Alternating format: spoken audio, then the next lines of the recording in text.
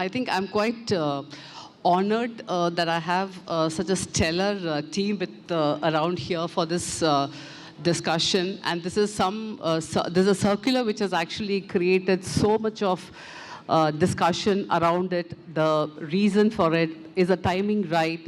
What are the challenges? How will it work? And a lot of other questions, which was actually, engulfing a lot of the wallet players, the banks, and all the people who are involved in this space. I think some of those answers, and we had a lot of discussion on this before we met here, and I think many of it will be answered in today's, session that we're having right now. So, to begin with, I wanted to check out as to, if, one of them in the group, and I think Ketan was right in saying that is the right time for this, the circular has come, is the time right? And, what is your view on it? So I think it is just the right moment. We are seeing the UPI revolution happening, or the UPI movement, which is taking place in the country. And we have 27% of the Indians operating various digital tools day in, day out, and around 58, someone told me 58% of India has used digital payment some point of time. So we are already seeing this UPI revolution happening. Now, the next step is to move the stakeholders who are involved in the UPI piece, right from the issuer, the acquirer, or the TSPs or the payment gateways. I think if the stakeholders which has bought this revolution, they are not, remunerated in a right way, the expansion of the next wave will not come. We'll not see the next wave coming in. And I think this is a baby step taken by RBI or the government. And this is actually getting, we are experimenting on a very low base, even though there is lots of discussion happening about the MDR. But if you understand the circular, it is only applicable to the wallet players. So wallet player is, 99% of the transaction right now is happening on bank to bank. So it is getting experimented on 1% base of the entire ecosystem of UPI.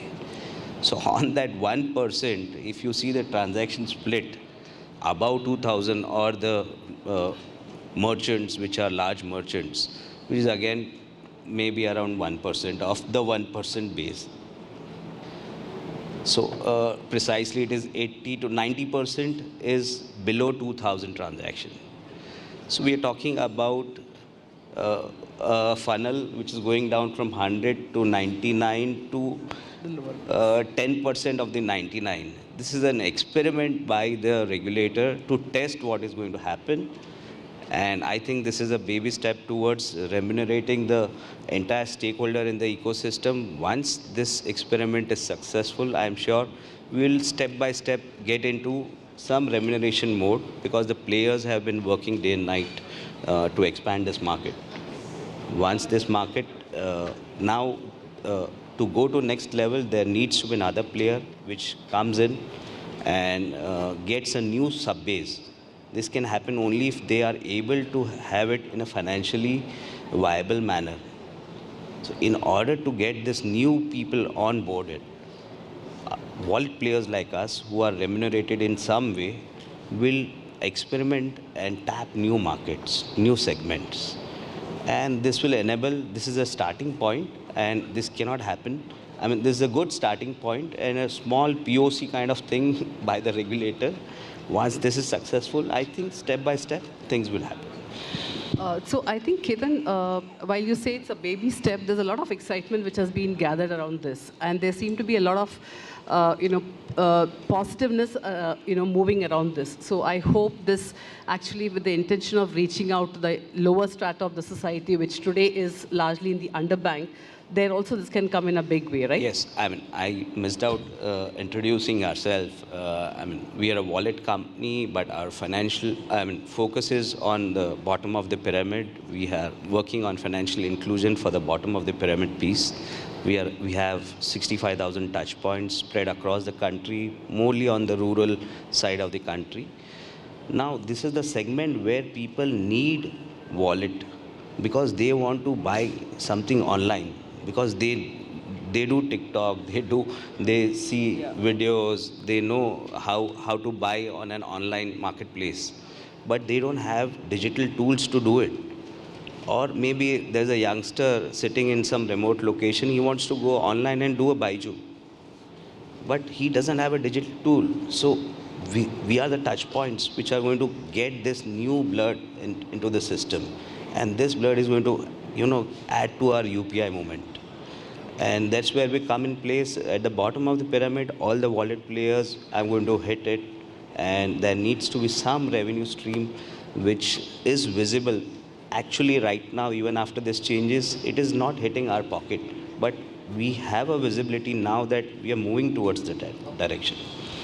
Thank you so much, Ketan. Thank you. So, Abhishek, would you be able to kind of share some thought process on what's the positive and negative impact of this on different stakeholders, be it the customers, be it the payment companies, the wallet, the issuers? What is that you see as the the positive and the negative impacts? Yeah, thank you. So, as Mr. Ketan already mentioned that if UPI is a C, what we are talking about is just two buckets. So, I mean, nobody's life is gonna impacted. But if you talk about payment companies like us, our bread and butter is payments. Earlier, UPI is just our cost center. We are into innovations. We consider ourselves as innovations on payments. But my innovation gets stopped because UPI is only as a cost. And if we talk about use case, there are so many use cases which only UPI can cater because today, if we talk about 80% of our transactions are UPI transactions. So if I cannot make something on UPI, then all my payment innovation has no value. If we talk about SMEs, if we talk about even B2C, if we talk about lower strata of the economy, which Mr. Ketan is trying to target. So UPI is important, but at the same time, when we talk about stakeholders, so imagine if merchant, if he's paying like out of 100 transactions, just one transaction got 1.1%, his life is not gonna change. And if there is a big merchants, they're already habitual of doing this. They're paying to Visa, they're paying to Master, they're paying to RuPay. So paying to UPI is nothing new for them. In fact, it should always be there. It should never be free. If we talk about as a merchant ecosystem, all they are getting is benefit of that. They don't need to buy any POS machine. They don't need to do any paper rolling. They don't need internet. So UPI itself is a very good tool as a merchant. I can be onboarded, real time. So on top of it, giving it for free, I don't think there was a very innovation. But yes, it's really helped in expansion of it. But it's time to actually doing some business out of it. Otherwise, there will be no payment innovation in the country. We talk about ideas, but in the implementation, everybody, try to sell loan or try to sell insurance because there is no future of payment. So from my point of view, I think as of this PPI on UPI, nobody has impacted, neither the customer nor the merchant. Only impact is on company like us who are now more motivated to do the innovation, and that innovation will actually expand the payment ecosystem in the country. Yeah, that's very interesting because or we have to say that the benefits are yet to be seen. Is that something I can take away from what you're saying? Ayan, would you like to share your view on the cutoff interchange rates? Are these fair, the cutoffs that has been defined, the interchange rate that has been defined? Because that's one point that has been, there's been a discussion on this. Is 2,000 the right cutoff, or is 1.1 the right percentage that is being levied? Few thoughts on those lines? Sure. So I actually want to take a step back and just take a moment to talk about the reason why I think this has come at this time. It's because I think RBI did a recent survey, right, where they found out that only over 58% of people in this country have never done a digital payment, in their lives before. So I'm pretty confident when I say 100% of the people in this room would have done a digital payment, but this room is full of India. This does not represent Bharat. right? So in Bharat, 58% of the people have not done any kind of digital payments. So I think what the Reserve Bank and NPCI and the general ecosystem is looking for is how do we get to that last kilometer? How do we get to the people who have never done digital payments, and they will never get serviced by a bank unless there's a mandate from the government or the Reserve Bank to do it. So I think the reason and the timing is sort of to do it to get to those 58% of people in India, which represents probably more than 95% of the countries, different countries, overall population, right? So if you think about 58% of India, we just last week crossed, China in terms of population. So this is like a whole nation by itself that's never done a digital payment. So I think that's the reason why they want to kind of introduce it now.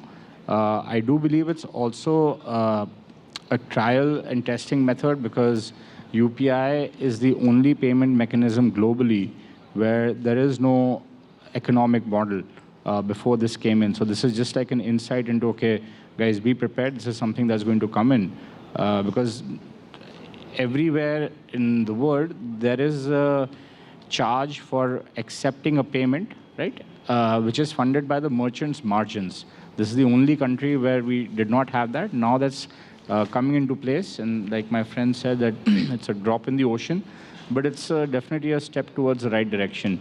And in terms of the cutoff pricing and the amount, so this, as I understand, has been the culmination of a lot of industry discussions, discussions between the networks, the Reserve Bank, and other PSOs, which recently have been invited for various conferences hosted by various entities, including the Reserve Bank.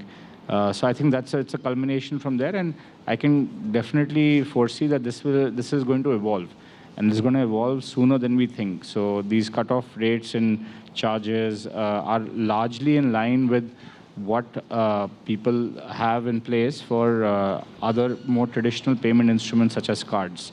So I do believe that this is, the charges and the rates and cutoffs are something that were very well thought of, a step in the right direction, and we can expect, some flux in this, not even next year, but sometime I would say within this quarter and next quarter. So. Okay, so as a start point, this is a good, good start point which has been initiated by the NPCI. Just a little bit more continuation on that either to Ronak. Do you expect any more changes in the future on this in the space? Yeah, so in the circular, it's mentioned that the next evaluation will be on 30th September.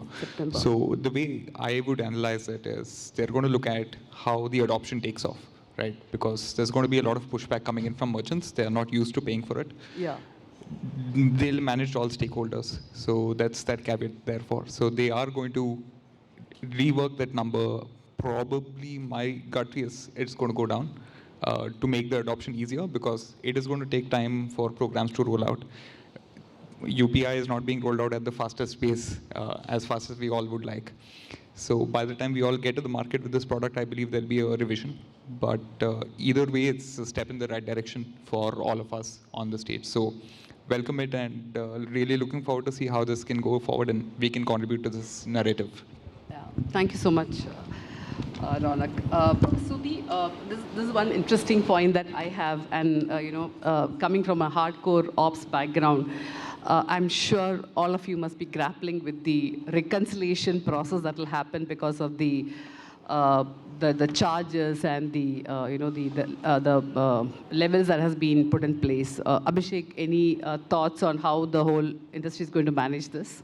Yeah. So. Earlier, we used to have a big recon team. Then, thanks to Python, we automated so much of that 5-person job now can be done in just 5 minutes, and one guy is more than enough. But this new UPI thing, because it's a little complicated right now, we still need to do too much of manual thing. And just to inform everybody that this interchange fee, though it is applicable since April, but it has not been started yet. Maybe it will take 1 or 2 more months because banks are not ready. Everybody is trying to build on their end. So sooner or later, yeah, this will be streamlined because being a payment processor, we understand this very well because RuPay, Visa, Master, they all doing this since ages. UPI is just a new thing, but it's on the same line, like different segmentation, different MCC code, then there is a difference. So it's all there in all the networks. So not much of the difference, but yeah, it's a new thing. So it will take few more months and things will be settling down. Okay. So I'm sure, because that's going to be a very scary space if it is not taken care right from the beginning. But that's where even customers tend to, get wary about if there's a transaction which has not happened, the reversals and the charges. And then, it can cause damage more than the benefit it can come about the whole process. What is your? What about you? Any thoughts on the same? Because I think that's not a very small question. It's a larger question. So, how do you think that these reconciliations are going to kind of get impacted? Yeah, so firstly, again, thank you for having me here. There will be an impact for sure. But again, as we all kind of mentioned, the best part about the change is the approach, right? The approach of taking it more like in an iterative manner and at the scale which is not disruptive. Because there is an aspect of learnability and then there is an aspect of adoption for the players itself. So from that, if you see from that parlance, I think it's a progressive stage and it will not be totally disruptive or it will not be a back and forth from it. So put it in a lighter note is like, this is just the teaser, picture to baki hai. So that's the way I'll put it. Absolutely. Thank you so much for that. I think this question, I think I would want all of them. And of course, we'll start with you, Anil. What do you think that how is this whole business going to evolve? Because you are in a different space, right? You're in a lending space, right? And how do you think that this whole piece of the circulars and what's going to come in the future is going to impact business at each of your levels? So. Yeah, I think just specifically talking about the PPI piece, the ability to make money is always a good motivator, right? Like till now that objective was not met in this whole payment space. And as Abhishek just mentioned, he was very candid. He said, no one is getting impacted. Ayan, Abhishek and Ketan are about to make a lot more money than they did in the past. But but the truth is, always the ability to make money is a big motivator for innovation. Now, that's exactly what Abhishek was referring to, that this will spur innovation in product development, and innovation in how execution is done, innovation in ensuring that this reaches to something we were discussing earlier about tier 3 and tier 4 cities, where the adoption, as Ayan referred to, was very less. So that will be the base, like innovation is the base. And if I look at ourselves, obviously, even though we are in lending space, we were talking earlier that access to payments data helps you improve your underwriting tremendously. Because repeat payment behavior, on-time payment behavior, how a customer reacts to payments that need to be made on a repetitive basis, are they making them on time, are very indicative of what we can, how we tend to underwrite customers. So if I'm looking at myself, I'm expecting innovation to come in that will help our lending businesses. And it's a step in the right direction in the sense, any service that is free, while it is very beneficial to the customer, unless there is a big profit motive associated with it, the next wave of evolution will not happen. And I think this is what this is going to spur on. Thank you, Anil. Jay, if it's okay, if I may add on a little. Yeah, please. I was about to come to you. Okay. So, no, exactly, like again, we being in the, I totally resonate with what you just mentioned. So just to give you some ground level data points, right? So we are in the just to give you a background, we are into the lending space. We are a Fintech and BFSI, and on the other side, we are also a PPI wallet license holder. Exactly to the point which you mentioned, right? So the power of, as an Fintech NBFC, the power of underwriting is alternate data and alternate model. And when you tap into the different kind of sources, both from a consumer behavior standpoint and from that aspect of like, hey, income assessment, fund and transaction flow, your ability to tap into the transaction and your ability to cross-pollinate. Like for example, if you have a portfolio of 100 customers in the lending, what percentage of it is like possibly a wallet user? And if you're able to actually tap into that data, the underwriting ability on alternate scale goes really high up. I'll give you data point from our own customers and own portfolio standpoint. We have almost a 200 basis point better of portfolio for customers who are wallet users as well as who are payment users. That itself is a testimony of what you mentioned, because on the ground you're able to see that, and on top of it, the cost of customer acquisition and stickiness goes to a different level. Because when you are able to offer and when you are able to incentivize your wallet business to be able to do those cross-pollination, the aspect of security, the aspect of assurance towards the consumer is at a very different level. So when you go to an app or when you go to an application where the customer knows that, hey, I have that assurance where I can do the wallet and the PPI transactions in terms of information security, data privacy is at a higher threshold. And through that app and platform, if you're able to cross-pollinate or let's say cross-sell in terms of lending or any other financial distribution business, the assurance towards the customer is at a different degree. So these are the points, in a way, if you look at it, can really catapult to a different level thanks to the regulations and the way things are progressing. Because what's going to happen as of now, the other allied businesses had to pull and leverage the wallet, had to pull in terms of capitalization, funding, investment, and innovation. Now what's going to happen is, maybe I'm making a strong statement, this could be of a rise of the phoenix moment for wallet players. What that means is they also will have that ability to do self-sustenance. They will also have the ability to do to grow at a different level. We all celebrated interoperability, and we are in that process. But the interoperability aspect of it, with all due respect, is still a lot more passive when it comes to the wallet. It's more of democratization, but what is the incentive for the wallet players? But this in particular could be that specific, as I mentioned, rise of the phoenix for the wallet players. And if you see what's going to happen in the ecosystem is like, you're actually democratizing. You're not kind of distinguishing one of the other. And let the market decide. Let the unit economics on your wallet P&L decide whether you're able to actually catapult and push the boundaries of financial inclusion beyond tier 3 to tier 2. Most of the digital lending players, if you see the industry stats, it's almost like a 50-50 between tier 2 and tier 2 and tier 3 plus. So again, the mandate of financial inclusion, somewhere or the other, making sure the wallet as a mechanics, the wallet as an ecosystem player in terms of sustainability is going to be a big, big influence in terms of the business strategy.